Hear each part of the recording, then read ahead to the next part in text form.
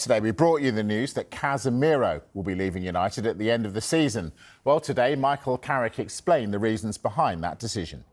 I think that's just coming into that time of the season, really, and with contracts and obviously January is January in the window, and the kind of announcement for Cassie, I think, was for clarity as much as anything. You know, what the important thing for me is any decision I make, or my staff mate, or the club mate. It's not short term. You know, it's not just to get through till the end of the season. You know, I've got a responsibility to whatever happens next for it to be in a good place and moving forward to make the right decisions.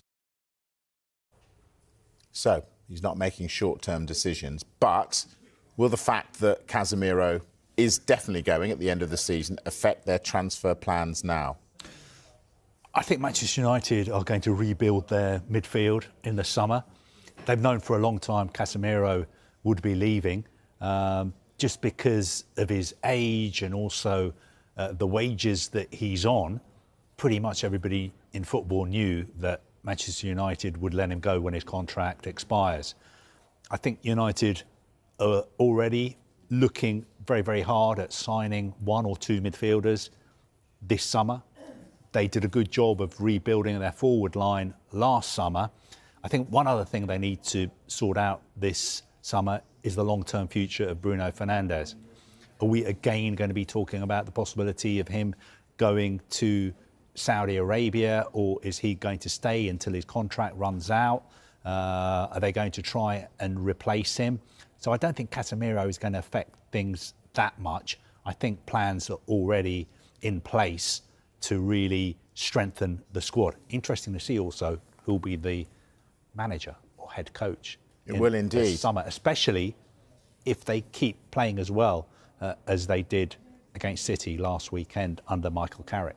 What does this all mean for the bomb squad? Like, Kobbie Mainoo has been reintegrated. What about the other player? What about Jadon Sancho? What about Marcus Rashford? Well, the players you've mentioned there are all really well paid by Manchester United. Now, Marcus Rashford will probably say, look, my time at Old Trafford has come to an end. I'm happier here at Barcelona. Fingers crossed I can play well enough and then they can facilitate a deal with Manchester United. The biggest problem in that any potential deal with Marcus Rashford would be pricey for Barcelona because of the wages he's on. And they don't have any money. Exactly, over £300,000 a week. Jadon Sancho, again, really handsomely paid by Manchester United. Casemiro is another player. And I think the biggest significant thing is if that some of these players were to move on from Manchester United, that would free up huge sums of money for them to then reinvest. And some of these players will be earning around £20 million a year. So if you lose three of those players and suddenly Manchester United have 60 million to spend on wages, they could actually go, well, we can do quite a bit with that kind of money. And we want to sign this player, but he's on a third of what Marcus Rashford's on. So I don't see any route back for those players that have been ostracised by the club or moved on by the club or sent out on loan by the club or been told they're not wanted, whatever phrase or terminology you want to use. But of course, ultimately, this will all be down to Jason Wilcox, Omar Barada, and crucially, as Kaveh said, whoever is the head coach for next season. Because if someone walks in and says, Marcus Rashford, you're going to be my star man, then in theory, the head coach will have to be back because otherwise they're not going to get off on the right foot. Yeah, exactly. Well, look what happened to Mainoo. Out in the wilderness and all of a sudden... Same with Joshua Zirkzee. Exactly. 1 minute they're in talks with Roma, the next minute he's staying put. Since his move from Manchester City to Chelsea, Cole Palmer has become one of the most talked about players in English football. He was integral in the 2 trophies that Chelsea won last season. But could he be on his way back to Manchester, to United? Well, today, Liam Rossini addressed speculation about Palmer's future. I've had numerous conversations with Cole, and he seems very, very happy to be here. He is very, very happy to be here. He's a huge part of our plans in the long term. He's an outstanding player. Every player goes through difficult moments in their careers in terms of injury. I don't think it's any reflection on his quality. He's an outstanding footballer. But my job and the club's job is to get him in a place where he can consistently perform at the level that he wants to. And there was frustration in the Brentford game, not because he wasn't happy here, just because he couldn't perform. He was in pain, he couldn't perform to the level he wanted to do for the club. He's a great kid, and he's an outstanding player, but we have to make sure that we look after him in the right way. That's why I haven't involved him in the last game. Interesting. He would say that. Cole Palmer, former Manchester City's Cole Palmer, to Manchester United. Really? Could that happen? No. I'll give you a straight answer. These stories have emerged this week that Cole Palmer is unhappy at Chelsea. He's got friends in Manchester. Apparently he misses those friends. That's why he wants to move back there. He grew up as a United fan. His favourite player was Wayne Rooney. There's pictures of him on social media when he's very, very young, wearing a Manchester United shirt. So people have sort of got hold of this story and kind of run away with it. But I think what people are forgetting is that Cole Palmer has a contract at Chelsea until 2033. So there's 7.5 years left on his contract. Yeah, but he's not going to stay for 7.5 years, probably, is he?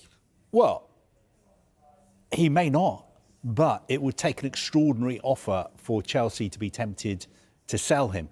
Remember, this is a player who I think was a player of the tournament at the FIFA Club World Cup last summer. He got an award from President Trump. He's had a difficult season because he's had injury problems. He's been out of the side for a while. He's come back in. He's had recurring problems. There was talk that maybe he needed groin surgery. He didn't have that surgery. Chelsea have been trying to manage his injury issues. But the good news is he was back training today, and I think he's likely to play against Crystal Palace on Sunday. So the short answer to your question is I can't see him leaving Chelsea anytime soon. OK. The answer is I can see him leaving Chelsea. You can? Yeah, I think Chelsea... I'm convinced that Chelsea have two business models. Carve would disagree with me here. They buy players to go into their first team, but they buy players to sell them and make money. You know, they're sensible, clever businessmen, and ultimately they want Chelsea to be successful on the pitch. But if they can turn a profit on a player, then that's absolutely something they'd be interested in. They paid £40+ million for Cole Palmer.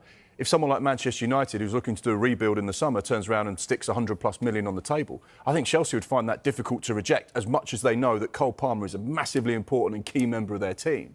I think when the money gets put on the table, that's where the Chelsea ownership would say, OK, let's have a conversation, because their recruitment is so strong. They'd say, well, actually, we feel we can replace Cole Palmer. We've also got loads of really talented youngsters that can also play as a 10 anyway. So I'm intrigued by the Chelsea model and what they achieve with silverware, but how they sell players. And we saw it in the summer, 200, 300 million pounds worth of player sales. They've been very good at generating income to offset the money they spend. Hang on a second. Isn't that the point, though? Mark's hit on it there.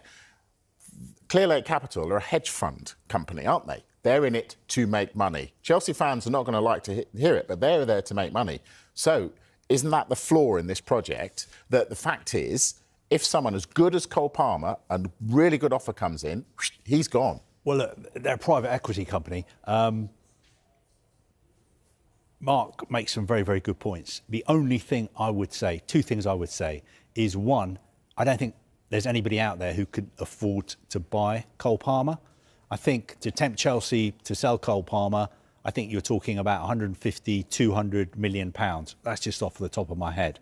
The second point I would make is that I don't think Chelsea would ever sell a player of that quality to strengthen their direct rivals. And I think they see Manchester United as a rival for the top 4 places. So if they were ever to sell him, Barcelona, Real Madrid, PSG, if he was interested, maybe, look, we're getting into hypotheticals. I don't think he's going anywhere. He's got a contract until 2033. And he signed a new contract, I think, or an September extension 24. in 24 as well. So, I mean, he's a Man United fan. A lot of people were. It doesn't mean they're going to end up playing for Manchester United. Marcus Rashford cannot shake his Manchester United history as the England attacker prepares to face a familiar foe. The Barcelona loanee will be back in La Liga action on Sunday when Hansi Flick's team hosts Real Oviedo, aiming to boost his position amid alleged concerns about his future in Spain. This fixture offers the possibility of Rashford going up against former United colleague Eric Bailly, who joined the Asturian outfit last summer. The Ivorian secured a free transfer to Oviedo following the expiration of his Villarreal contract and finds himself battling to maintain the club's top-flight status. Oviedo occupy last place in La Liga, while Rashford's Barca lead Real Madrid by a single point at the summit.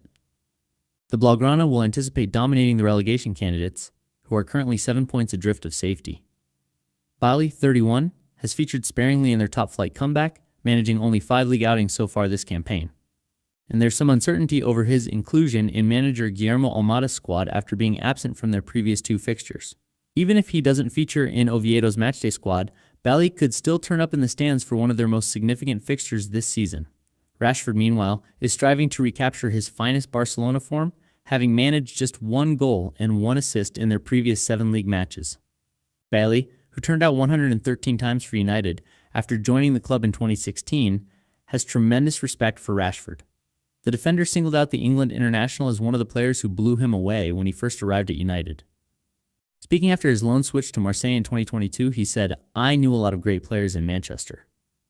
But if I have to talk about everyone who impressed me, we're never going to finish this interview. There was incredible talent, both old and young. Someone like Marcus Rashford really blew me away." Bally completed the entire match when Oviedo hosted Barca in September. The Catalans emerged as 3-1 winners that day, with the experienced centre-back receiving a booking in stoppage time. Rashford netted Barcelona's consolation strike in their 2-1 loss against Real Sociedad in their most recent league outing. He also provided an assist during Wednesday's 4-2 Champions League comeback win over Slavia Prague, though reports suggest the Catalan club harbored doubts about his long-term prospects. It appeared his earlier form this season would be sufficient for Barcelona to activate the £26 million purchase option in his loan agreement. The Athletic reported club officials have reservations about his defensive contributions, however, a crucial requirement for attacking players under Flick's system. Rashford scores highly for his eagerness to chase down and pressure opposition defenses when out of possession. Nevertheless, the statistics show he falls short when it comes to successful tackles and winning back possession. He'll aim to demonstrate otherwise this weekend, with Bally potentially standing as one of his main adversaries should both feature at the Estadio Carlos Tartiere. Rashford might consequently play a role in pushing his former teammate closer to the drop, while Bally will be hoping to assist Oviedo in securing a remarkable upset and breathing new life into their survival bid.